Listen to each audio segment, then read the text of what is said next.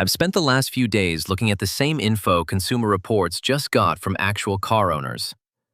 These aren't ads or press releases. They're real complaints from real people about 380,000 different vehicles. What I found will change how you look for your next car, especially if you want to get the best value without getting stuck with a lemon just 6 months after you leave the dealership. Before we jump in, if you like content that helps you avoid getting ripped off when buying a car, go ahead and subscribe. Every week, we show you exactly where your money goes and how to stop wasting it. Now, let's get into the details. Here is how this works. Each year, Consumer Reports sends a huge survey to their members.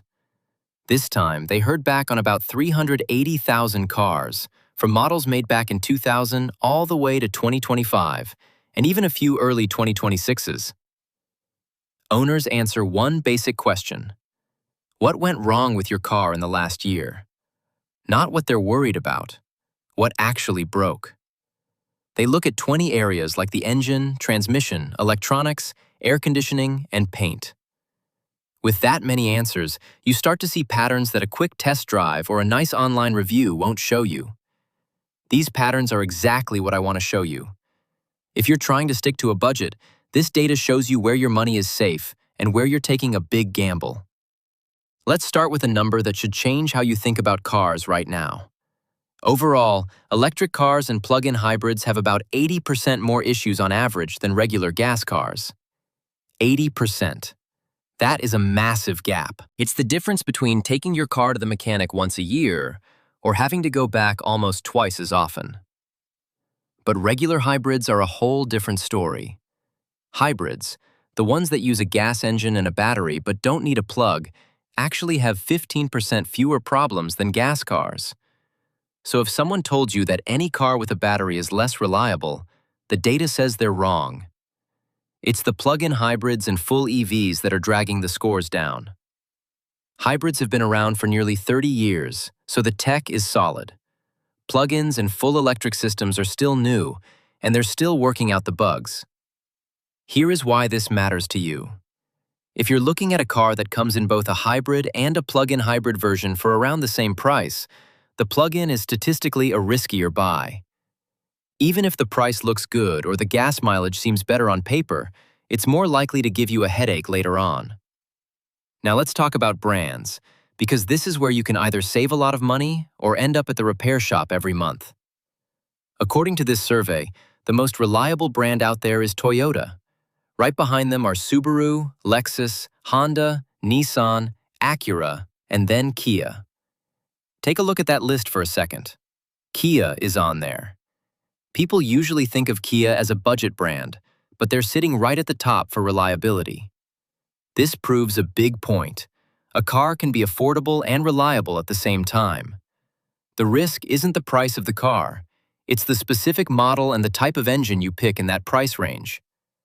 This leads us to the other side of the data. Consumer Reports actually stopped recommending 18 different vehicles for the 2026 model year.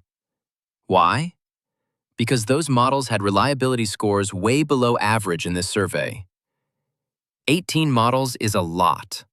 Some of these are cars you see in ads all the time that look great in the showroom, and a lot of people are thinking about buying them right now. Let's go over the worst ones. If you're looking at any of these, you need to know what owners are actually saying, not just what the brochure tells you. At the very bottom is the Chrysler Pacifica Hybrid, with a reliability score of just 28 out of 100. Here's the weird part. In road tests, the Pacifica Hybrid actually did really well. It got an 84 for how it drives, with perfect air conditioning and good brakes. Consumer Reports even said it drives as well as the Toyota Sienna or Honda Odyssey. If you just drove it around the block, you'd probably love it. But reliability isn't about how a car feels today. It's about what it costs you over the next few years. For the Pacifica Hybrid, owners have reported transmission failures and glitches in the electronics. There are even cases of battery fires and engines just shutting off while driving. Serious stuff that led to several recalls. So you have a minivan that feels great at the dealership, but the parts that fail are the most expensive and dangerous ones. The engine, the transmission, and the computer that runs the hybrid system. Next up is the Honda Prologue, which scored 25 out of 100. This shocks people because Honda is usually near the top of the list, but the Prologue is Honda's new electric SUV, and it has a lot of issues. Owners are reporting software bugs, problems with the emergency brakes, and poor reliability with the air conditioning.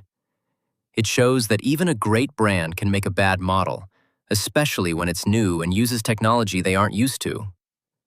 Also, scoring a 25 out of 100 is the Kia EV6. Owners say the battery charging system fails often, the car loses power faster than it should, and the build quality is poor. This points to a bigger problem across several brands. Here is the pattern. Many complaints about Hyundai, Kia, and Genesis electric cars come back to one part: the Integrated Charging Control Unit, or ICCU.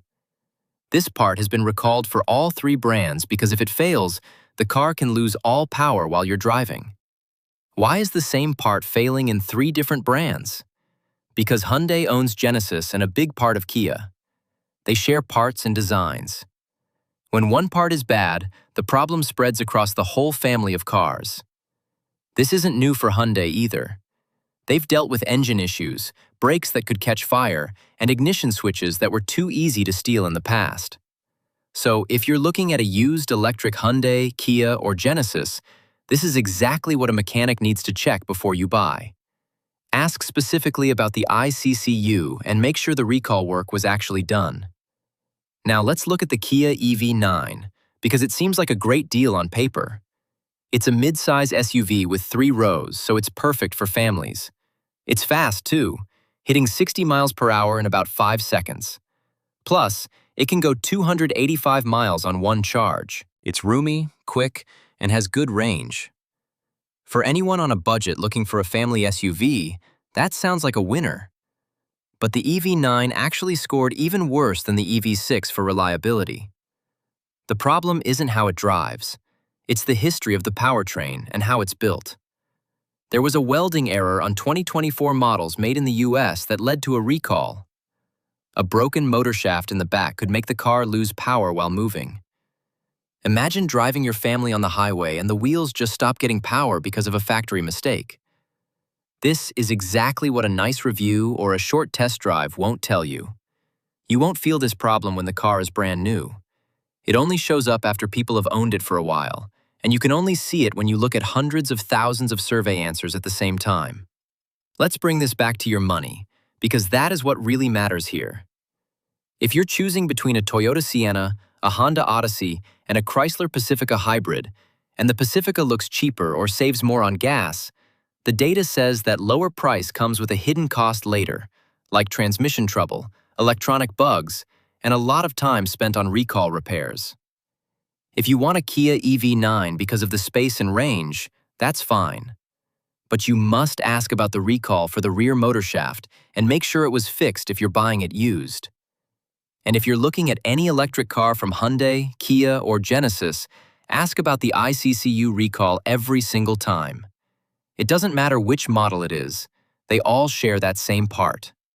On the bright side, if you want reliability and low costs over time, the data says to look at Toyota first, then check out Subaru, Lexus, Honda, Nissan, Acura, and Kia. And remember, standard hybrids that don't plug in have 15% fewer problems than gas cars. A hybrid from one of these top brands is usually your best bet for saving money on gas while keeping things reliable. If you want a car that's easy to own and you don't need the newest gadgets, stick with the proven hybrids from the brands at the top of this list. Your car will spend more time in your driveway and a lot less time at the mechanic. If you're thinking about a brand new design in its first year, especially an electric or plug-in hybrid, you are statistically buying the riskiest type of car in this survey. That doesn't mean it will break, but the odds, based on what real owners say, are not in your favor yet. The big lesson here, and the reason I looked at all 380,000 responses, is that the price tag tells you almost nothing about what it costs to actually own the car. A car can be great to drive and score an 84, but still get a 28 for reliability because it might leave you stranded or cost a fortune to fix. Those are two very different things, and ads or salespeople will only ever tell you about the first one. So before you buy your next car, don't just look at how it drives or how it looks. Ask what real owners, not reviewers or salespeople, but people who actually live with the car, are reporting as problems. That is the one question that will actually protect your wallet. If this helped you, please subscribe. Every week, we look at real data like this to help you make smarter choices and avoid deals that look good on the outside but end up costing you a lot more later.